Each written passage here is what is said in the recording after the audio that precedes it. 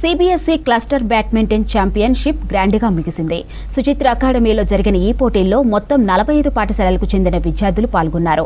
Under 14 girls విభాగంలో సైనిక్పూరి భవన్ శ్రీరామకృష్ణ విద్యాలయం, under 17 విభాగంలో శేర్లింగంపల్లి విద్యాంజలి, అండర్ 19 విభాగంలో బొల్లారం ఆర్మీ పబ్లిక్ స్కూల్ విజేతలుగా నిలిచాయి. ఇక విజేతలకు కామన్వెల్త్ గేమ్స్ ను మెన్స్ విన్నర్ హఫీజ్ మెడల్స్ అందించారు.